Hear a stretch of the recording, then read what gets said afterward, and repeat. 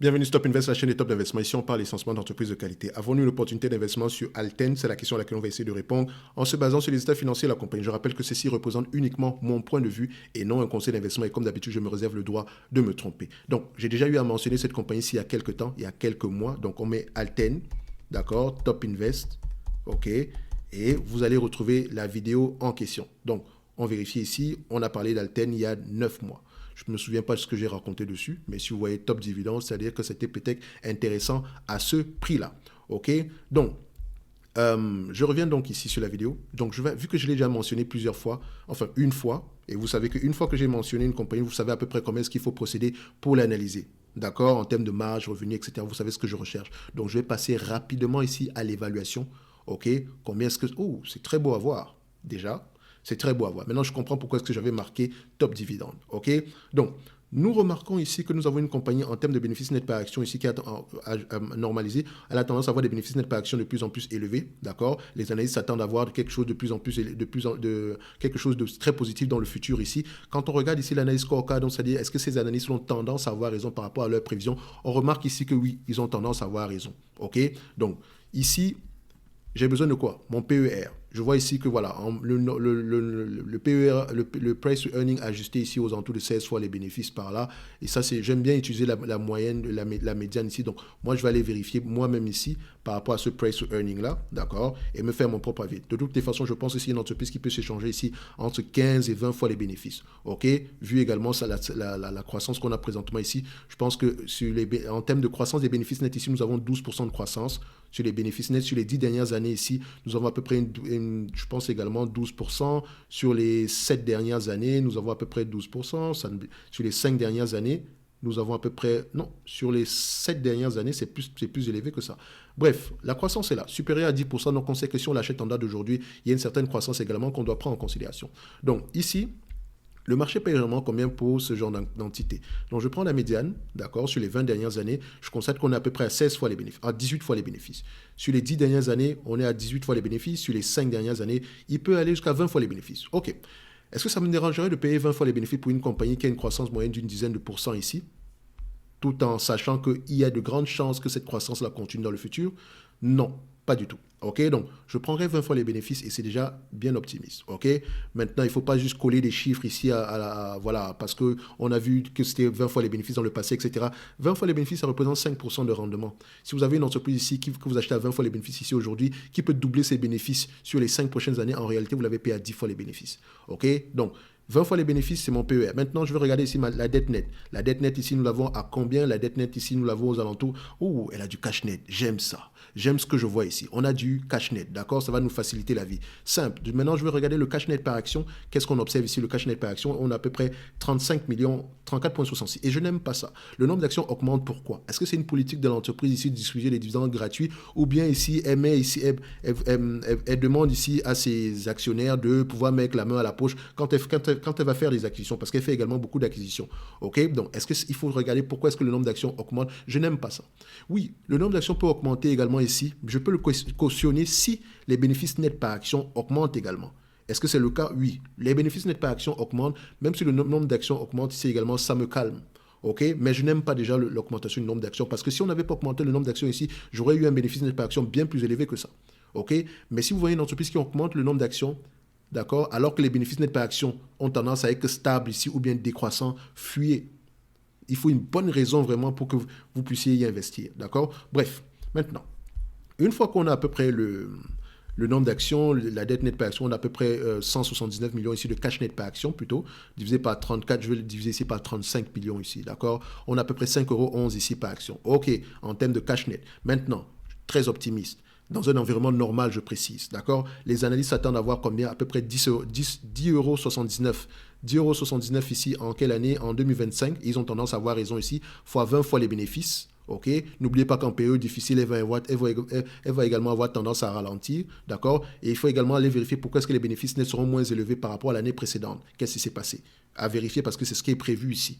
Faites attention. Donc, 20 fois les bénéfices ici, donc 10,79 fois 20 fois les bénéfices, plus le cash net actuel, d'accord? Peut-être que ce sera plus en 2025 ou moins, on ne sait pas. Mais bref, on prend le cash net actuel, ça fait aux alentours de 121 €. OK? Donc, X25 ici, on met ça là, X20, par rapport à 2025, on sera à combien 121 euros. Je l'arrondis à 221 euros plutôt. D'accord? Donc, on ferme ça ici. Voilà, 221 euros. On price à combien aujourd'hui? 142 euros. Si on retourne l'équation ici à se dire ceci, j'avais mis top dividende tout simplement parce que c'est une entreprise qui va avoir tendance à augmenter son dividende. Simple.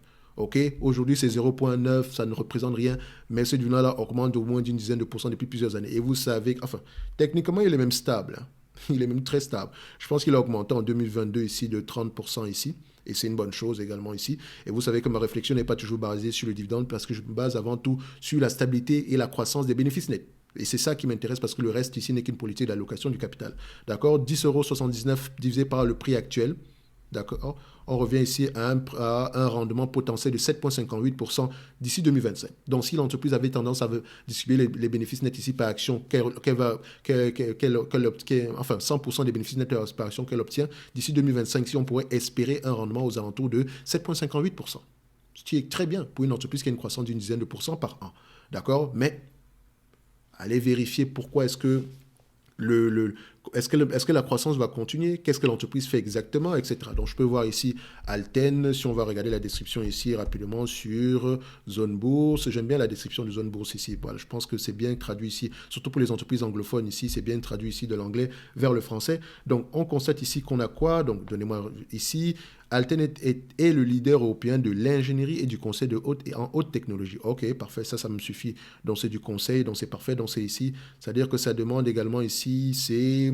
Comment on appelait encore ça? Je pense que on utilise ici beaucoup... Je pense qu'on a besoin d'ingénieurs ici, si je ne me trompe pas. Donc, on a besoin d'embaucher du personnel. Donc, peut-être qu'ici, en période difficile, on va avoir tendance à augmenter le prix. Donc, enfin, pas augmenter les prix, mais les coûts vont peut-être augmenter en période difficile. Les coûts vont peut-être augmenter. OK. Donc, je pense également qu'il y a, bizarrement, à chaque fois que je veux parler de cette chaîne-là, j'oublie toujours le nom de la chaîne. Ah bon, c'est pas grave. Mais je l'ai mis ici à l'onglet communauté. Je pense qu'il a fait une vidéo par rapport à ça. Ici, où est-ce que je retrouve sa chaîne ici? Voilà, donc Invest Academy. D'accord. Donc, Invest Academy. Est-ce qu'il a fait une vidéo par rapport à Alten? Oui, il a fait une vidéo sur Alten. Donc, je vous encourage à aller voir celle-là. C'est une vidéo qui dure à peu près une cinquantaine de minutes parce qu'il prend le temps ici d'aller dans les rapports financiers ici. D'accord? C'est une bonne chose. D'accord? Vous allez voir ici, il a parlé de plusieurs entités ici. Ça pourrait vous intéresser. Donc, moi, je reste très quantitatif. D'accord? Je n'ai pas le temps de faire 50 minutes de vidéo, même si mes vidéos en thème, quand je peux parler pendant très longtemps. Donc, c'est une très bonne, c'est une bonne initiative à encourager d'ailleurs, si ça peut vous donner le goût de continuer à lire les rapports financiers et de voir à peu près ce qu'il voit. Je n'ai pas vu à peu près la vidéo ici. J'ai eu à survoler certaines vidéos ici, mais je sais déjà que voilà, il prend la peine de poser les bonnes questions et c'est une bonne chose. Et je ne le connais pas. D'accord? C'est une petite chaîne ici. Alors que je n'aime pas utiliser le terme petite chaîne, ça ne veut rien dire du tout. D'accord? Il faut encourager, il faut encourager, mais pas juste encourager, juste pour le fait d'encourager. D'accord? Il faut encourager parce que ce qu'il dit ou bien ce qu'il propose est également très intéressant. D'accord? Ça change à peu près de ce qu'on a l'habitude d'avoir et c'est à peu près ce genre de contenu qu'on devrait plus avoir sur Internet. Donc, des gens qui vont prendre la peine d'aller lire les rapports financiers afin que ça vous donne également l'envie de le faire. D'accord? C'est très important. Donc, Invest Academy, très bonne chaîne et je ne suis pas son mentor. Il faut qu'on précise les choses. Donc, en commentaire, il ne me copie pas du tout. D'accord? Il n'y a personne qui copie qui que ce soit ici. C'est à encourager. Donc, si quand on va dire à quelqu'un que c'est ton mentor ou bien tu copies, non, il ne copie pas du tout. D'accord? C'est un peu réducteur par rapport à son travail. OK? Donc, je pense qu'il fait un très bon travail et ce serait une bonne chose de continuer à l'encourager. Donc, pour ceux qui sont intéressés sur Alten, je vous encourage à aller voir cette vidéo et puis d'ailleurs toutes les autres. Hein. Donc, vous pouvez voir ici qu'il publie énormément. D'accord? On va se donner rendez-vous ici sur la prochaine vidéo. N'oubliez pas, dans la description de cette vidéo, si vous avez encore accès au service Top Premium et la promotion concernant ici les analyses, concernant ici la formation thématique qui sera disponible au courant du mois d'avril, comment analyser une banque, comment lire les rapports financiers et encore d'actualité. Donc ça se termine au 31 du mois de mars et on est le 31 du mois de mars. C'est la dernière journée. Après, je fermerai le service Top Premium au moins jusqu'à ce que la formation soit disponible afin que tous ceux qui sont abonnés ici puissent avoir accès gratuitement. Après ça, on va réouvrir le service Top Premium. Mais pour ceux qui sont intéressés pas la formation plus tard. C'est une formation thématique, hein. C'est pas une formation comment investir en bourse ou quoi que ce soit. Non, moi je crois aux formations. Chaque entreprise est différente, donc je reste ici sur voilà, c'est ce que j'aime faire, c'est-à-dire évaluer les compagnies ici. Et je sais que les compagnies ne s'évaluent pas de la même façon, dépendamment des secteurs d'activité. D'accord? Donc je pense que pour les banques ici, c'est la situation du moment. D'accord? Donc voilà, ça sera peut-être la première d'une longue série de formations thématiques parce qu'on va toucher à tous les secteurs d'activité sans exception, même les rates. D'accord? Toutes sans exception. OK? Mais ça demande à peu près du travail, de la préparation, etc. Donc voilà, on va déjà commencer par les 2 premières ici et on va continuer le reste. OK? Donc en supplément de ça, vous pouvez demander des analyses quantitatives ici, qu'on appelle vulgairement analyse fondamentale, mais je les appelle quantitatives parce que je regarde uniquement les chiffres et ça me donne une idée générale par rapport aux questions que je vais poser. OK? Ça me permet également d'éviter des entreprises qui ne sont pas intéressantes, juste en regardant les chiffres. OK? Donc je vous rappelle toujours que ce n'est pas difficile à faire. OK? C'est pas difficile. Une fois que vous prenez l'habitude, en fait, vous savez exactement ce que vous recherchez quand vous lisez une compagnie, quand vous regardez quand vous lisez les états financiers d'une compagnie. OK? Donc en supplément de ça, je vous présente 2 notes d'analyse sur des entreprises qui sont sous-évaluées selon moi. OK? Ça ne veut pas dire qu'on prend, on achète. Les notes d'analyse sont basées sur la lecture des rapports financiers, l'écoute des conférences calls et je fais également le suivi des notes des entreprises précédentes. Donc c'est-à-dire que voilà, si l'hypothèse d'investissement de départ est toujours d'actualité, on y va. Donc parfois je mentionne certaines entreprises, je vous dis également qu'attention, on va avoir tendance à souffrir ici parce que et on en débat. OK, le but ici, ce n'est pas de vous dire qu'OK, voilà, comme j'ai toujours dit une chose, mon but est de vous apprendre à pêcher. D'accord? Apprendre et ne pas vous donner du poisson uniquement. Non, ça veut dire que voilà, je ne vais pas vous proposer une entreprise et vous allez aller l'acheter directement. Non, vous allez lire les rapports financiers, poser les bonnes questions. Si vous posez les bonnes questions, vous aurez les bonnes réponses. OK? Si vous avez des doutes, etc., on n'est pas là pour vous convaincre, on en discute. Si vous ne pensez pas que non, Thierry, je pense que ce n'est pas normal, je pense que tu as fait une erreur ici, pourquoi est-ce que tu n'as pas fait comme ça? On débat, c'est comme ça qu'on fait évoluer les choses. OK? Donc, on va se donner rendez-vous sur la prochaine vidéo. D'accord? Et d'ici là, portez-vous bien. Alten, au prix actuel, c'est peut-être intéressant. D'accord? Donc, le rendement sur coût d'acquisition pourrait être aux alentours de 7,58% ici. Et c'est ça qui nous intéresse. C'est une entreprise qui est très bien gérée et qui pourrait faire partie d'un portefeuille au prix actuel. Mais maintenant, allez-y, regardez.